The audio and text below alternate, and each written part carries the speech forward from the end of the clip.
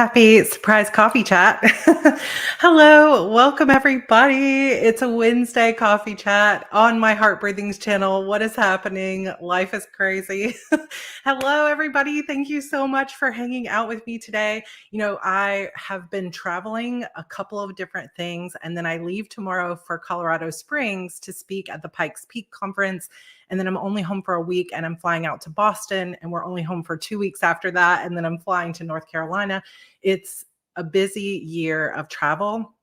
And it's kind of interesting because I saw that Becca Syme, which I know many of you follow her as well. She said past Becca was not very nice to future Becca or current Becca.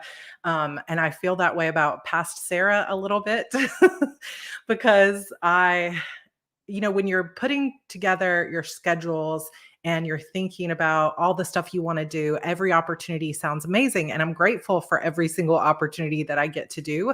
But I'm realizing that I'm also going to have to pace myself because even with Go Wild, I saw Jess is here, Joshi Corinne.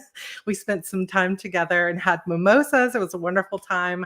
But even with Go Wild, I thought, I'm sure I'll get some time in my room. I get some time to write. I'll be able to do a little bit of rest, all these different things. There she is. How are you recovering? Because you had a much longer flight home to New Zealand than I did drive home to to my city. So I am just realizing that, all this talk that we do about making sure that we don't get burned out, that we don't overload our plates, making sure that we're taking care of our energy and our mental health and all of that stuff.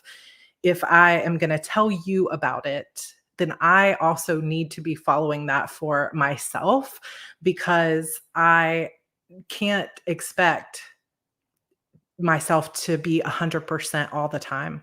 And as much as I would love to, once I started to feel like when I got home late, I got home around midnight on Saturday night. I did not stay over at the hotel because we had church on Sunday morning. And then we had over Lent, George did a thing with some of the men at the church, and all of those men and their families wanted to get together on Sunday afternoon. And I didn't want to miss that because it's like family and community and the kids getting to play.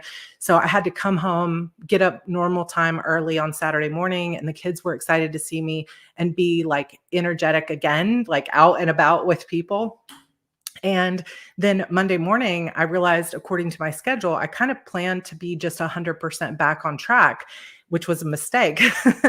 And so sometimes, even though I just started my plan at the beginning of April, I'm already realizing ways that I need to adjust my plan for this quarter just because of all of the travel that I'm doing. And so once I started, like somewhere around Monday night, Evie, I was trying to get Evie ready for bed, and I was thinking, I'm ready for bed too. And I was kind of snapping a little bit, like being a little bit irritable. And I realized, oh, these are all signs of like early burnout. And I know I'm not in burnout, but I notice, I think it's important for us to notice when we're getting crispy around the edges. When we're just starting to feel tired and irritable. And it's so tempting to say, there's too much to do, I can't slow down. And I know that not all of us are in the situation that I'm in where I get to set my schedule. But when you are growing YouTube channel and trying to get a book done that everybody's been waiting on, that I thought was going to be done last year, there can be that imaginary external pressure. I mean, it is real. There's probably fans that are angry with me that it's taking me so long to write books. Like, that is probably true. But in the grand scheme of things, like, I am still a person and not a chat GPT writing novels. And so I have to be okay with some people thinking it takes too long. It's okay. But at the same time, I want to grow my career. I want my YouTube to continue to grow. And in order to make that happen, I feel like I need to show up as my best self. But the conundrum there, and we will get to questions. I love you guys love that about the crispy around the edges. So fun. In order for me to get there and be my best self, I have to slow down. I have to, even if it feels like I can't. And if that means my YouTube channel gets less subscribers this month, that's okay. Because when I come back and I'm full energy, it will just be all that much better, right? Because you guys, I think many of you, like, raise your hand if you were around during when my family was traveling in Airbnbs. My schedule was a little bit off. I had a lot of negativity in my DMs from people saying, like, how dare you take your family on trips during the pandemic? Not that I want to get into that here, because I would like to just forget that anger. I had a lot of stuff going on behind the scenes with other people that were attacking me. It was a very difficult time. And so I was trying my best to say, I have to show up with good energy in my videos. Yay, there's all our people that have been around for, like, that's 4 years ago, you guys. Like, that's crazy. Well, I guess we were traveling in 20. Now I'm going to forget. I think we were traveling in 2021. So it's 3 years ago. Whew, it's crazy. There's that feeling of, like, I want to show up with full energy, but I also don't want to not show up authentically. But nobody really wants to hear you come on YouTube every week and be like, I'm so tired all the time, right? And so there's always that balance that you have to strike as somebody who is on YouTube, on social media, have expectations, showing up to your job. Like, all of these things are true. And part of what I promised myself that I was going to do with this YouTube channel was I was going to be as authentic as possible. And if that means some people find it annoying, or some people find that my energy isn't great, or some people get upset that I never follow through, or whatever else may be the case, like, I'm okay with that. You can follow or not follow, but I think that the core group of people that we have here, this means more to you for me to show up authentically and be like, you know what? There's not going to be a big vlog today because I couldn't bring my 100% energy into it. And it means, like, I can't even express to you, it means so much to me. Those of you that are here and appreciate the honesty of the journey, because I can always show up honestly. I can't always show up with full energy and be 100% happy or joyful all the time, but I can always show up honest. And I know that that will attract some people and it will repel some people. But in the end, that's all we're all doing, right? We just, uh, like 6 years ago, 10 years ago, when, I mean, some people were online. I was online 6 years ago, but I wasn't online, like, well, gosh, I was, because I started this channel 6 years ago. So I got to go further back, like 13 years ago when I first started my writing career. It was just like Facebook posts. It wasn't so much like sharing as much of myself and my energy. But in the end, whether we're putting out books or planners or printables on Etsy, or we're just showing up and being a teacher, like, whatever it is our jobs are, that is gonna, like, the way we do it, the people that we are in the world, is sometimes gonna make people attracted to us and want to be around us, and they're gonna resonate with what we're doing. And sometimes it's gonna be like, that's not for me. Not to get into Taylor Swift, because probably there's people here that will raise your hand and be like, please don't talk about Taylor Swift today. But just to say, like, she's the most popular artist right now, and there's still people divided on whether or not they like her new album. And that's just going to be the way things are forever.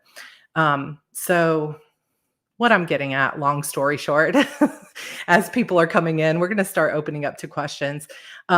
So what I'm saying in the end is, I always promise to show up with my authentic self, because trying to be more energetic or more joyful or have more energy, whatever, when I don't actually have it, is not being true to myself or to you.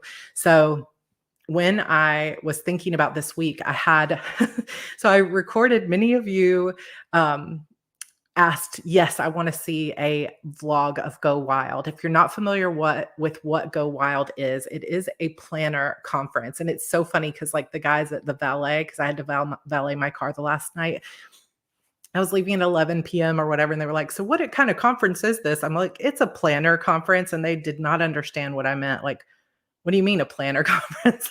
I'm like, just don't worry about it.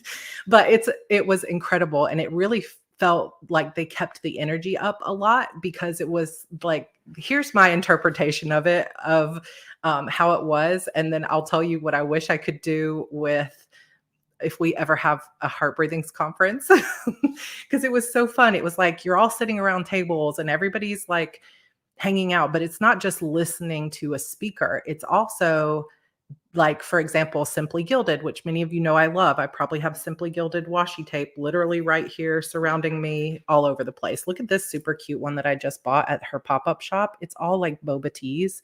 How cute is that? It was $2. I'm dying. I love it.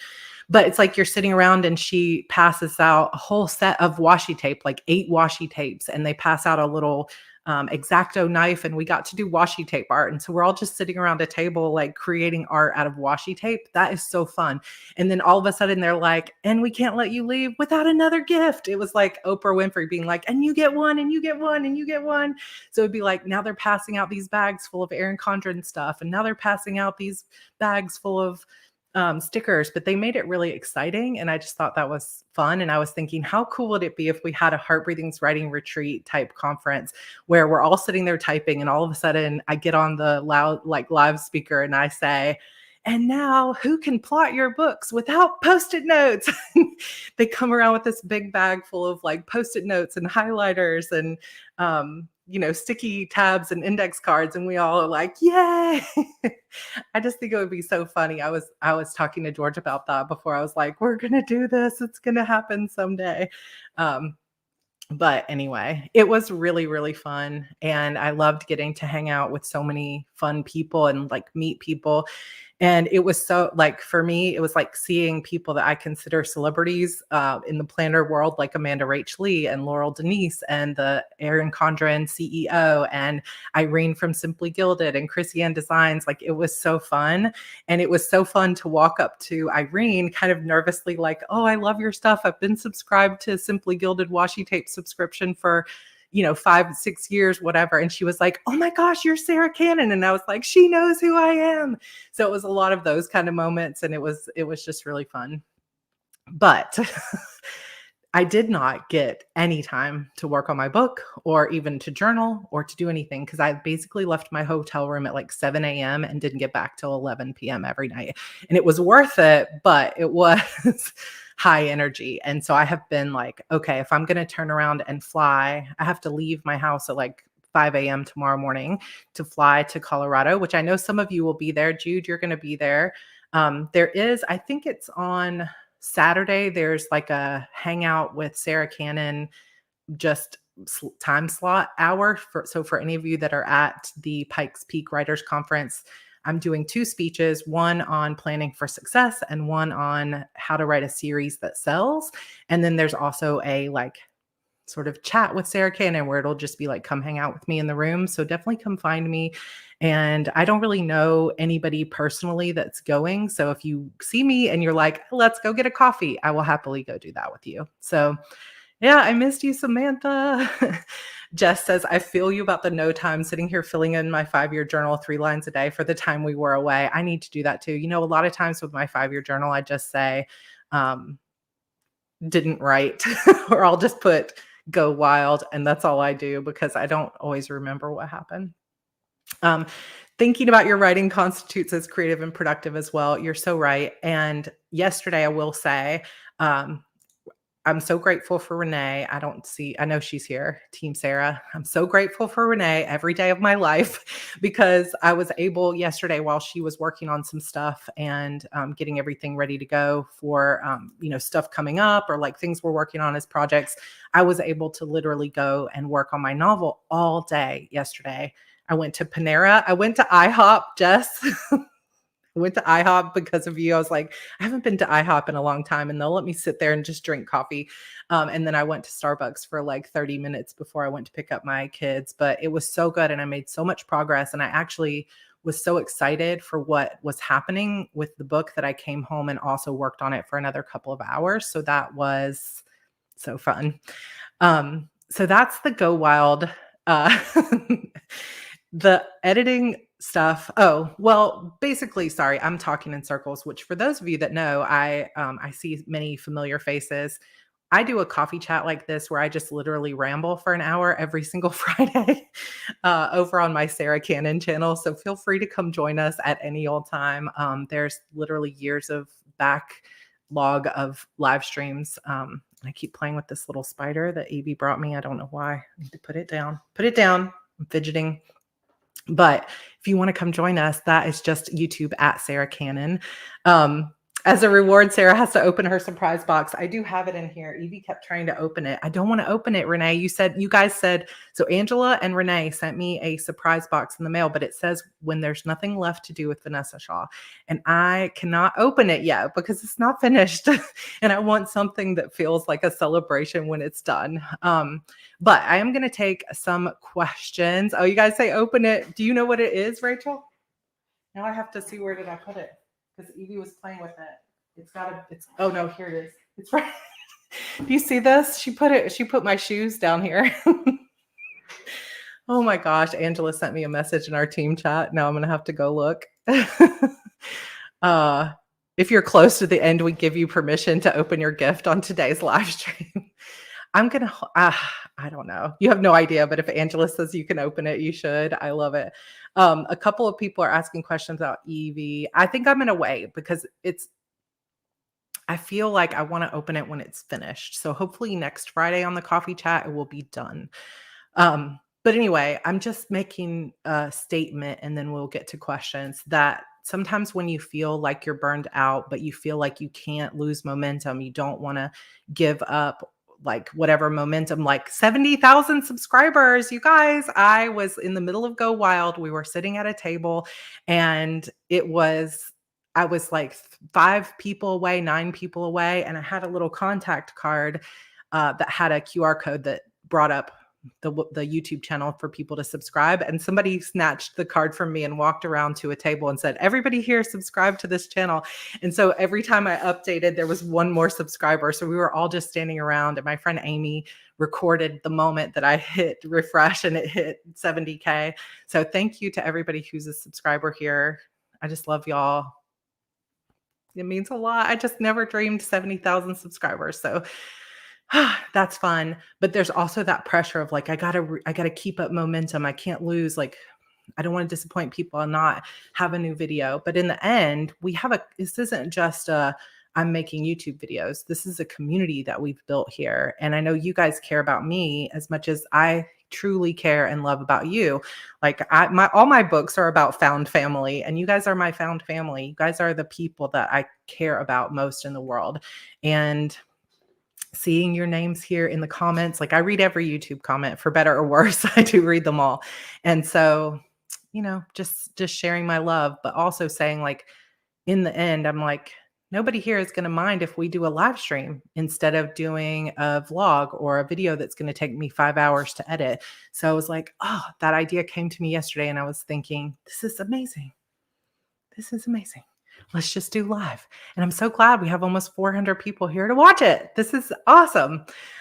Yes, this is truly from trauma, right? And we all carry that with us of if you're always told you're a disappointment as a child, you learn that pattern of if I'm not perfect, I'm going to be a disappointment. And then I will have love taken from me. Like it will be held back from me and I'll get the silent treatment or I'll be yelled at or I'll be sent to my room or whatever. And it's like, whether it's little trauma or big trauma or just recurring trauma over and over again, it gets in our heads. And so we're all on a journey to heal that. And it comes up sometimes when you don't expect it. So I feel like it's I'll say it this way. It's a good step forward for me to recognize the fact that I was getting a little crispy on the edges. I was feeling a little bit pressed for time, a little bit stressed, wanted to just work on my book and didn't want to have to think about a video.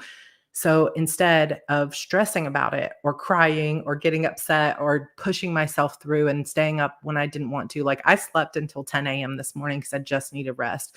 So instead of pushing myself, I just came up with a different solution and look how fun we're having. Like, I think that's progress for me. And so I'm just going to continue making progress. And that's all we can do, right?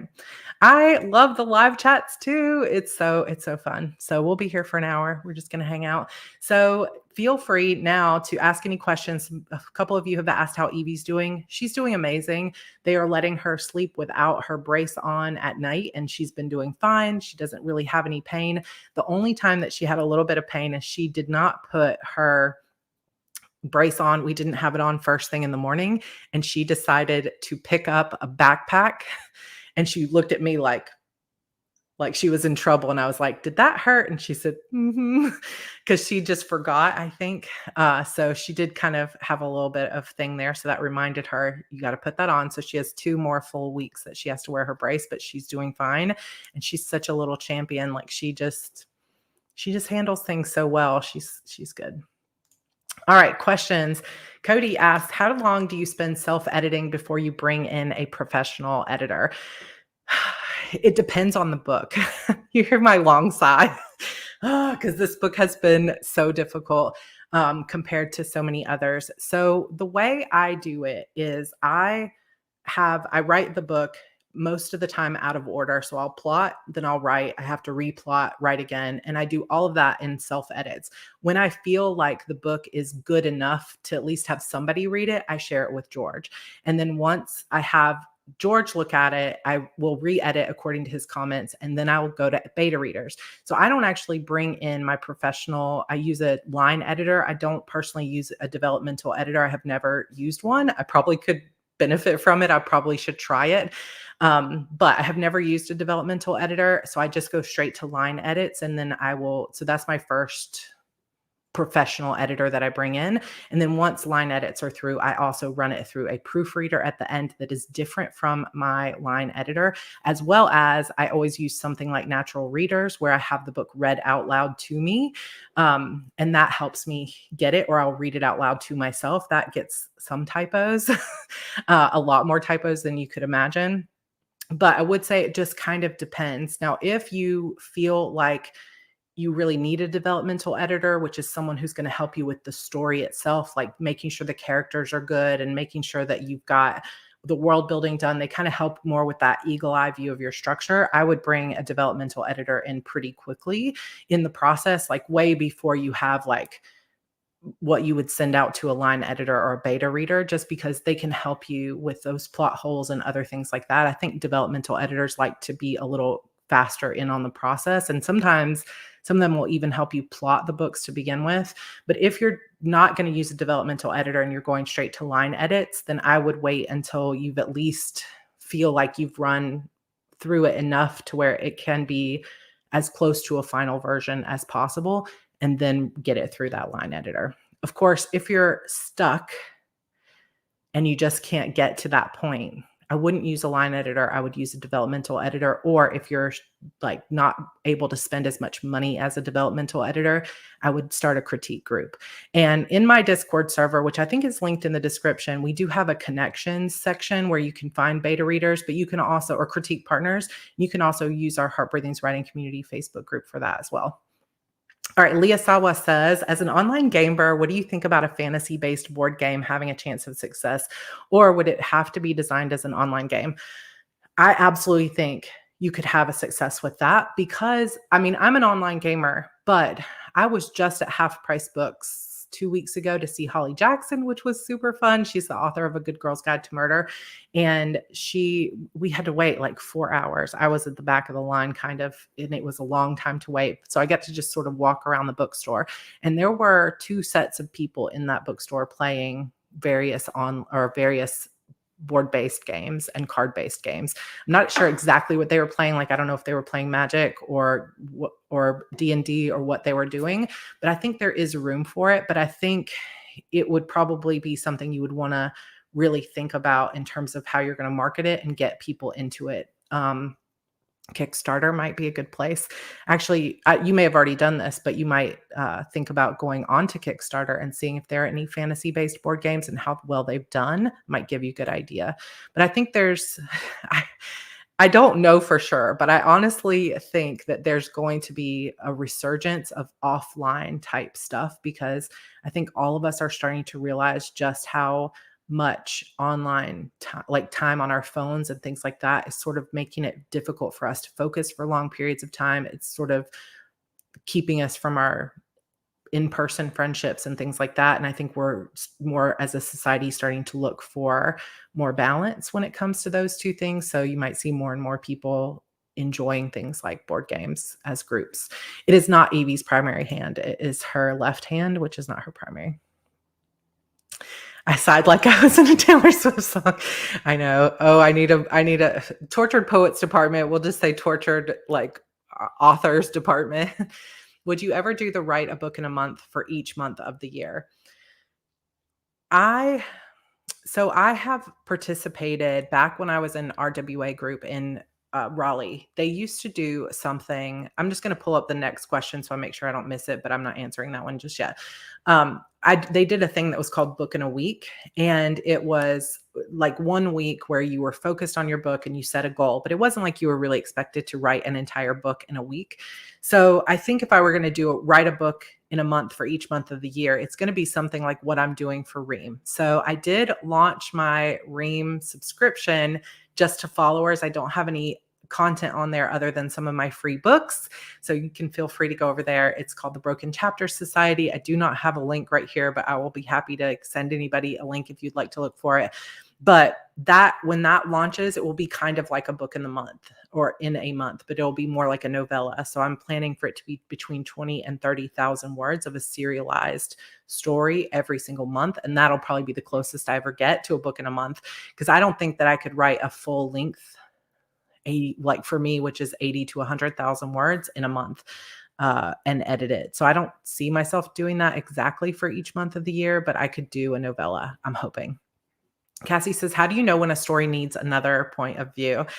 Ooh, this is a good question, because I just went through this myself where I realized that I have these point of views where I have Vanessa and everybody who was there that night has okay, for those of you that don't know, I'm assuming everyone knows, but I'm writing a book called The Disappearance of Vanessa Shaw.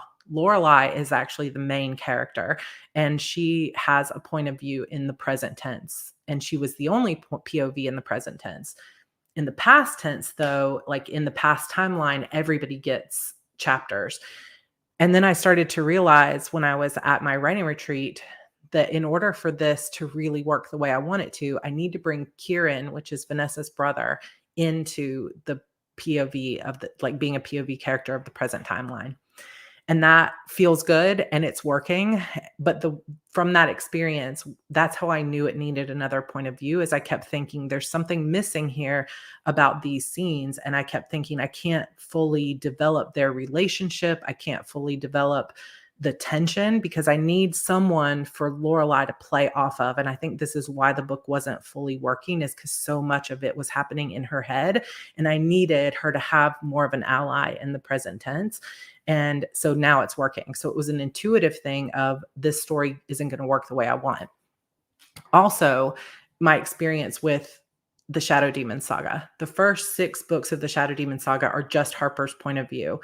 But when I got to books 5 and 6 and the world started to expand, it's like, especially because sometimes my characters weren't in the same place and all these different things, I started to realize this world has gotten too big for me to tell it from Harper's point of view. Especially in book 6, it was really holding me back because there were other things main characters were taking care of outside of where Harper could know about them. But when you're limited to this person's first person point of view and you're not writing a more omniscient story, you can only show the reader what that one character knows, which can be really limited. So the way that I know when a character needs, or when a story needs another POV, is when I'm feeling incredibly limited to tell the story I need to tell, because that character can't possibly know everything that she needs to know, and I can't figure out a way around it. And so if you read that series, when you get to book 7, it splits into 4 points of view, and then even additional POVs, like in book 12, when it comes out, there will be a full additional POV of a main character, but I won't say who it is. Some of you probably know. All right. Question. When you've written 2 books in a year, did you do overlapping work, and how did you manage that? For the most part, I haven't overlapped when I'm working on books. I tend to just be all in and get as immersed into the story as I possibly can. What I have done sometimes, though, is like I have my most prolific year. I would love to get back to this. I wrote 5 books in a year, and I wrote 6 and published 5 that year. And the only way that I did it was because as I started editing this book, I started plotting the next one. So that was the only time there was overlapping work, is once I got through the rough draft and I knew the edits were pretty solid and it was just cleaning things up. then I was able to go ahead and be plotting. But for the most part, my brain likes to just be fully immersed in that story, and I can't really think about other stories. So, yeah, the way I managed it is mostly just focus on this book, get it completely done, and then start working on the next one. But right now, I have been working on Disappearance of Vanessa Shaw, but I also have a full notebook of notes for A Mirror of Shadows, which is my upcoming Ream subscription. And I had a butterfly just land on my window. That was so pretty. I was like, is that a dragonfly? No, it is not. But everybody kind of has, you will find your own process. And if you find it easy to work on two stories at once, and for some people, it actually feels like a treat. Like I have a friend that used to do side story Saturdays where it was like she worked on her book. And then on Saturdays, if she had met her word count, side story Saturdays was just work at anything like anything that seems fun to you. And that was like a treat and a reward for herself. And then eventually throughout the year, that side story Saturday would be a full length novel that got completed on the side. But I have another person that I follow that she publishes 6 books a year, almost every year for years and years. And she has a whole spreadsheet and she's working on 4 different books at once. She always has one book in edits with a professional editor, one book that she's doing self-edits on, one book that she's drafting, and one book that she's plotting at all times. So 4 books at once. And that she just time blocks her day.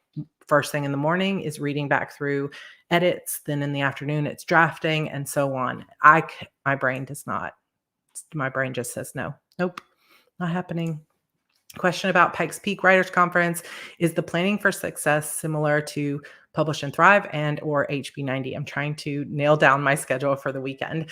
So it's more similar to HB90. Planning for success is going to be basically both how do we look at the long term, like your path forward, and how do we manage our schedules on a day-to-day basis. Like, how are you going to take everything you learn from this conference and implement it in your life? And how are you going to manage your time? Like if you have a full-time job and stuff like that. So it's more HB90 focused. You'll hear some things that you don't necessarily hear in the course, but if you like one of the other presentations and you've already taken HB90, you'll get double info on that. Oh, I already answered that. All right. George would count as your alpha reader or critique partner. I call him an alpha reader, personally. How do you get through the struggle of feeling like you completely scrap a book idea after putting so much work into it? Oh my goodness, this is a good question. And let me tell you, it is hard. There have been definitely some times throughout the Disappearance of Vanessa Shaw that I've thought I just am going to have to tell people this isn't happening because I cannot get it to come together. And I think there's a couple different things that I've done that have helped. So one is to just take a break from it, because when it's getting to a point where I feel like just none of it is good, I'm probably in a bad enough mood that I need to step away from it. And so what I will do often is take a break from the manuscript and instead go back to the types of things that's really inspired me to write that type of story.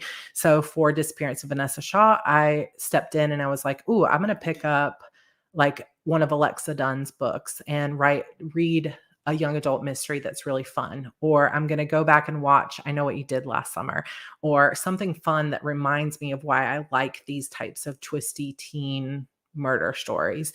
And that will get me sometimes over a hump or get me excited again, or at least have a little mental break from it. But it gets me excited for the story. The other thing that I do is I will just go back and start reading the story again, because a lot of times once I'm trying to figure out a problem, I'm so laser focused on the problems and not the good things about it. And I will go through and I will just take my cursor on Google Docs and I will just start highlighting the scenes that I like, oh, I love that phrase, and I'll highlight it and leave myself a little love note there in Google Docs, be like, see, this is brilliant. This is coming together. And I'll remind myself the things that are really good about it. I said 2 things, but the third thing that helps me get through it is talking about the story with someone else, because sometimes when we're just trying to figure out a problem like this in our head, it can feel like we're a hamster on a wheel, and our brain the only way I can explain it is my brain feels like it's slipping. Like I can't hold on to the idea. Like all my ideas are just covered in like oil or something, and they just slip through my brain and I can't quite hold on to them. And even if I'm trying to journal it or put it on whiteboard or something else, I still feel like I can't quite hold on to those ideas. And so I will start talking to somebody else. And this often is helpful if we're walking or moving in some way. And I think it's because your body is occupied and it just allows your brain to start thinking through. And when I actually talk it out instead of just thinking it out, ideas start to flow again. And then I realize, okay, I don't need to scrap the whole thing. I just needed to fix this problem. Now, sometimes maybe you do need to scrap an idea because it's not working. And that has happened to me a few times. But I don't know if I could explain how I knew that I needed to scrap it. And it's harder to scrap something when you've already promised it to people. Truth. Anti-Extras Crafts, I love your name. As a debut author this year, are there sites that are better for promoting in the writing community? So yes, there are. There is an entire list of sites. So we share this in Publish and Thrive. But if you're familiar with David Gaughran, Gaughran, he's incredible. I highly recommend being subscribed to his website newsletter. Also Reedsy, Reedsy. Both of these are good sites where they keep a list of promo sites. And I call these newsletter sites or deal sites. You can see them either way, but like FreeBooksy, BookBub, Fussy Librarian, ebook daily deals. Like there's tons of sites and there's all different budgets. So one of them might only cost you $10 to get your book featured. Some of them might cost you $500 to get your book featured. So you can take your budget and sort of stack promotions and things like that. But one thing I will say from personal experience is most of the time, if you want to promote your book at a deal site, your book needs to be on deal. And I don't personally recommend putting your book at 99 cents or anything like that unless you already have a second book up for pre-order or your book is out. Because you can really waste money trying to create a loss leader that you don't have something that it leads to for sales. And so when you're a debut author and you're starting to work on getting your book out there, you can get a lot more out of cross promotion. So like going on to BookFunnel, for example, and writing a lead magnet, something that is not your main novel, but something that is like a prequel to your book or a bonus scene or something else similar to it. So I write witchy books. So you could write something witchy that features a different witch in that series, or something like that. Think of something that your ideal reader would also like to read that sort of ties into your story world, and then go on to a place like BookFunnel and start doing collaborations with other authors who write in the same genre as you. That way you can start getting people onto your newsletter, introducing them to your book, and they'll pay full price for your book. Also getting into like doing newsletter swaps, getting into author groups and saying, hey, anybody else here write young adult witchy books? Do you want to swap newsletters? Do you want to swap Instagrams? Like Joshi Corinne and I was just talking about that here on YouTube. She invited me to be part of a YouTube video that she did recently on bullet journaling. And that got new subscribers because people who had never discovered me before. And I'm sure some of my subscribers went to subscribe to her channel. And that kind of stuff is one of the best ways that you can promote your books as well. It just takes getting out of, if you're introverted, it takes getting out of your shell a little bit and maybe getting a little bit uncomfortable and trying to meet some friends. But you're welcome to do that kind of thing inside the Discord server or inside our Heart Breathings writing community. If you want to say, anybody else writing this, DM me, that kind of thing. But those things can be better than promotion sites where your book needs to be on sale. I know I'm falling way behind on these. We're just going to keep going though. Are you interested in ever writing a high fantasy type novel or a full fantasy world novel? I keep clicking my tongue and I'm sorry, that's annoying. I am interested in doing that. And George, he's kind of my muse sometimes. And he likes to laugh because he knows me so well that he knows even when I am nervous about something, he can see that I'm excited and called to do it. And anything, he's like, eventually you're going to do this, like YouTube. I always end up doing it. And so he has very clearly said to me 1,000 times, you're going to be writing fantasy. And I love reading things like Wheel of Time and Song of Ice and Fire and things like that so much. But it also scares me because it feels hard. And so I think I am interested. I know I'm interested in it. When it will happen, I'm not sure. But I want to do it. What do you do when you get stuck? So I think I kind of explained a lot of that in my previous answer. So I'm going to keep moving because all of those things kind of move in the same direction. Yeah, line editor can be the same thing as a copy editor. It's someone who goes line by line. If you take a look at my Heart Breathing's writing resources library, in there, there's a description of the types of editors, and line editor, copy editor are basically interchangeable. Will any of the Pikes Peak Writer speeches be available online after the conference? No, unfortunately, I don't think they're recording anything for that particular conference. But I'm also speaking at Inkers Con this year, and I'm doing something similar, and I think some of those will be part of the virtual conference, but I'll let you guys know. I tried to save one of your videos for later offline watching, but it wouldn't download. Any advice? I don't know how that works, Mary. It might be a setting that I don't have chosen, but I'm not 100% certain. I'm sorry. All right, let's see. Oh, thank you, CL.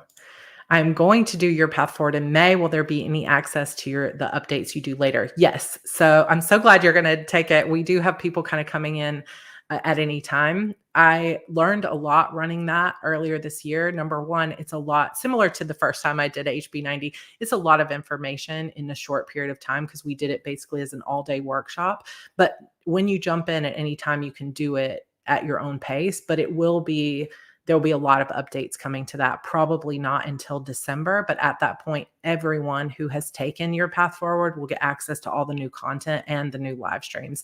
So it will be, it'll all be there for you when it gets updated. Anna says, how to handle people / family reading and judging your debut novel. It freaks me out so much. This is so hard. I completely understand. I remember my first book coming out, and I had a kind of a step cousin person who was also writing a book, and she was a professor, and she said, oh, your books are selling well, but they're so juvenile. And I'm like, well, they're young adult books. Like, sorry. But there was some negative feedback because I have kind of a negative family. So there was a lot of,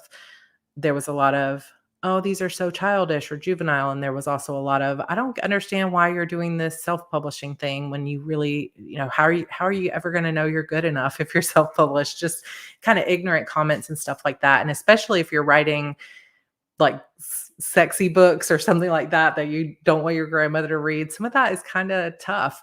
Now, one thing is you're not obligated to tell anyone that you're putting those books out. Now, if you want to, obviously that's your choice, but you're not obligated to tell them what the book is, especially if you decide to use a pen name.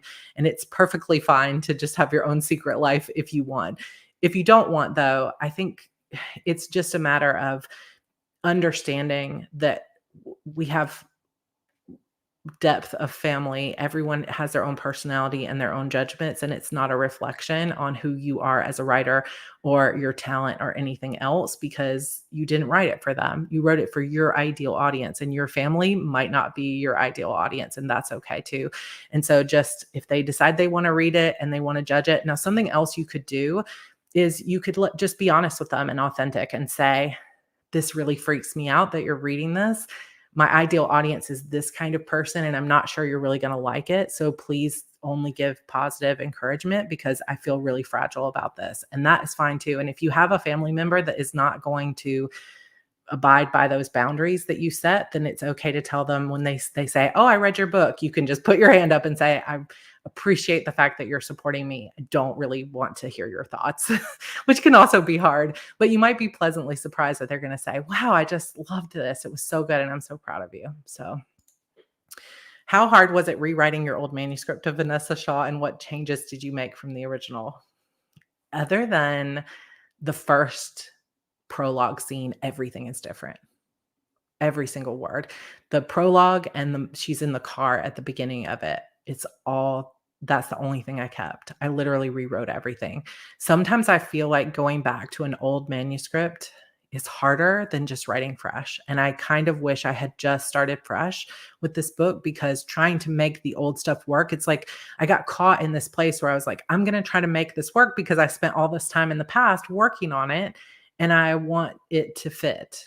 And I should have just said, okay, I'm going to take what I learned writing that and I'm going to start fresh because I think it held me back. Might not be true for every book, but it was definitely true about that one. I'd like to know more about subscriptions and memberships. So I'm just getting started on it. We do have some other people here in the comments that I've seen that have successfully started subscriptions, but you can do subscriptions or memberships on sites like Patreon, or Ream is the kind of new kid on the block. It's been around for about a year, but it is really an idea of putting out what it doesn't have to be stories. It could be live streams like this. It could be bonus artwork or other things. It could be behind the scenes or book clubs or lots of other things. It doesn't have to be stories. It can be your existing work as well. It doesn't have to be new stuff, but you can really design it to be anything you want it to be. And Carolina, I know you write nonfiction. And so you could start a nonfiction membership that was like a women's sort of introspective self-help thing. And you might do really well on Patreon, but there are also people doing Ream stories like that, where you could say a new workbook every month, or we're going to have a book circle and we're going to study this topic on growth, or whatever this month. And I think you could really get some potentially good platform out of that. Plus you can have on Ream anyway, I think you can do this on Patreon too. You can have you can have a followers tier where it's free to read some of the things that you put out. So you treat it kind of like a blog, but I don't think I have time to go into it 100%, but I will be doing an entire video series on getting my Ream going and what that story is looking like and how I'm plotting it. Because mine will be early access serial model, where it will be live streams. There will be weekly live streams. There will also be monthly bonus live streams for the top tier. There will probably be swag subscription box type items as well, like special edition hardcovers and things like that. And then there will also be a private podcast, and there's going to be new story coming out Monday, Wednesday, Fridays is kind of the plan right now. So I'm going to share all that on YouTube. Venice says, new projects I struggle starting to plot up at book 1. It feels like the ideas are book 3 to 5. Do you have any tips on plotting conflict and following your intuition during brainstorm? Yeah, I think maybe you just start jumping in. Maybe you're judging yourself on like, oh, these ideas are too fast paced, but it's okay to just jump straight into a series. Sometimes too, just book 1 being all filler or feel like it's just all world building can be really boring.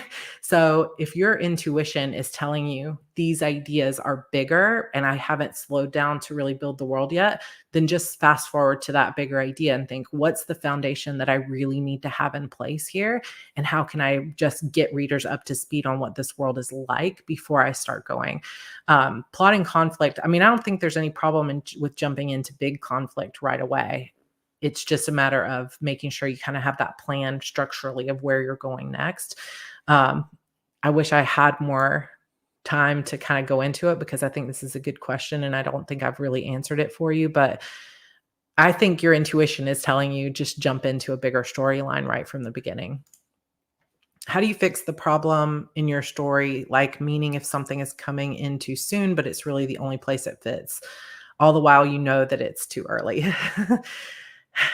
Come at the problem from a different angle. So if you are knowing intuitively, I can't bring this in just yet, but I can't fit it in anywhere else, then there's probably your intuition is telling you there's something in that later part where it would truly fit that you're still missing. Pacing wise, character decision wise, plot wise, there's something that still needs to be added on that back end to create that. And so sometimes when we get stuck, we're just looking at, I need this to come in. It's not really like, let's say it's a conversation that needs to happen between two characters where one character learns something really important, but you can't have that conversation with them right now because they've just met. This needs to be something they learn, later on, but I can't seem to find a natural spot for it. Sometimes we can get so caught up on kind of looking at what's there instead of just stepping completely back and say, if there was an ideal way to bring in this situation or this conversation, what would that look like? And separate yourself from the story that is already existing and figure out, where would this ideally fit? And is there something I can create at a natural point in the story that would give me the opportunity for them to have that conversation? And sometimes that's going to open your eyes. So it's sort of like, if you keep hitting this wall, try finding a back door or crawling under it, if that kind of makes sense. All right. Lots of people talking about fantasy games. I love this. So fun. How far behind am I on these comments? Oh, like 30 minutes behind. Angela did leave this over here. You can also replace that kind of back weird numbers with just the Broken Chapter Society, I believe. So sorry that I'm looking at these timestamps like 3:30. When did you launch it? I think just last two a Friday ago or something like that. There's no story up there just yet. 5 books in a year is awesome. I know. Can I please get back to that? It was just the year I moved to the beach, and there was so much, like, I was outside a lot. We were walking a lot. It was the first year Andrew went off to school full time. There was a lot, and I only have one child. So there were a lot of things going on. Would you ever consider writing a nonfiction book on planning and goal setting? So stay tuned. There is a plan. There's already an outline for this. And I'm probably going to do it through Kickstarter. So this is not set in stone, just sort of hanging out, chatting together kind of moment. I want to do a planning or a goal setting, kind of an HB90 style goal setting book, and do a Kickstarter where you're going to get things like washi tape pins, a workbook, a printed HB90 planner, stuff like that. So, maybe this year, maybe December, maybe next year, we shall see. Any tips on writing a 10K novella? I'm not used to writing short stories, and I'm a bit nervous. So when you're writing something shorter, 10K is still a good chunk, though. I just think of it in terms of mini structure. So you're not going to be able to fit in everything you would get into, let's say, a 3-act structure, but you can still take that 10K and you can still make it a complete story where you have your heroine has a goal that they can't hit for some reason, some kind of obstacle is in their way of getting their goal. Then you've got this midpoint turning point where they have some kind of new information or something big happens that turns them on their head and makes them realize that they need to change, an internal story arc, and then some kind of climax at the end. So just be thinking about those. So also you can think of it in terms of, let's split that 10K into 4. So the 2,500 words is where you're going to hit sort of like an act 1 turning point. So the first part of that 2,500 will be set up, kind of introducing the character, sort of jumping straight into the storyline. And then at 2,500 words, you're going to be looking for some sort of turning point, like they enter a new world, or there's a doorway, or they meet another character. Something big will happen there. And then again, at 5,000 words, there's going to be a moment of, this changes everything. A big realization, a big aha moment, some kind of death, or something is your character loses, or they were trying to find something. It depends on the genre, trying to find something and it turns out it's not there. So now they're sent on another journey, but still kind of having that same 3-act structure. And then at 7,500 words, you're going to have that second doorway. So you're still going to have that structure there. You just won't be able to dive into all those middle parts that you would get in a longer novel. But I would start out just sort of mapping out those 4 turning points. What's the beginning of the story, that first act, climax at 2,500, the midpoint at 5,000, and what's that ending part? And that'll get you in a good place if you enjoy structuring. If you don't like outlining, then just jump straight in. Do you have any writing craft book recs for a writer writing their first novel? I always send people to KM Weiland's books because they're so transformative. Like, if you're writing your very first book, I think there's 2 books that can be super helpful depending on which you resonate with more. So KM Weiland's book, and they're both by women, which is awesome. KM Weiland's book, writing your novel or structuring your novel, it's so good. She has one on outlining too, but I really like the structuring your novel one because it just takes you through the 3-act structure in a way that is so easy and clear to understand with lots of good examples. And the other would be Save the Cat Writes a Novel by Jessica Brody, because it also gives you that kind of 13-beat framework to work within. And I think just understanding that story structure is super helpful. Any advice on gaining new readership? So I think some of those things that we were talking about, but it's really, part of it is about coming up with a strategy for how are you going to get eyes and visibility on your book. So there's all kinds of tools like social media and collaboration with other authors, deal sites, reader magnets, loss leaders.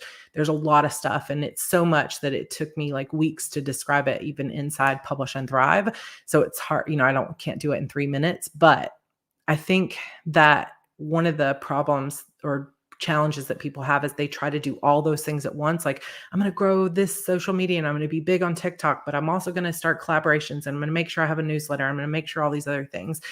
But then they skip the things that are most important about getting readers in the door, which is the fundamental thing. So before you start thinking about how am I going to go out and gain new readership, the number one advice that I have for you is to sit there and make sure when you're looking at your covers, your blurb, your book itself, your website, your newsletter, all those sort of fundamental things, that you're really targeting it towards your ideal reader. And you very clearly can see from the cover of your book and the blurb of your book what genre exactly it is, so that when your ideal reader sees it, they go, oh my gosh, that's exactly the kind of book I was looking to read.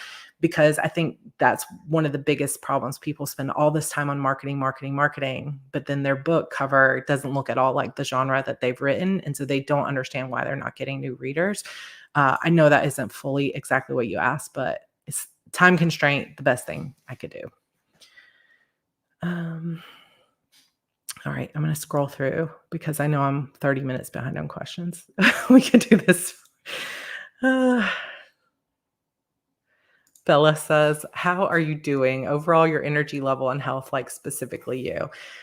I think I'm in a period of transition. I know I'm in a period of transition. I think I've scaled to a point where I know I need even more help, but I also feel nervous about the burden of supporting multiple employees in my business. And so that feels kind of scary. And also, the thing about scaling up and having employees is they're waiting for me to deliver stuff. Like Renee can't get everything ready for a newsletter and everything else unless I've finished the video. And so I'm always the delay, right? And so for me, that means having to operate on a whole new level in terms of my own responsibility and my planning, because for so long I have been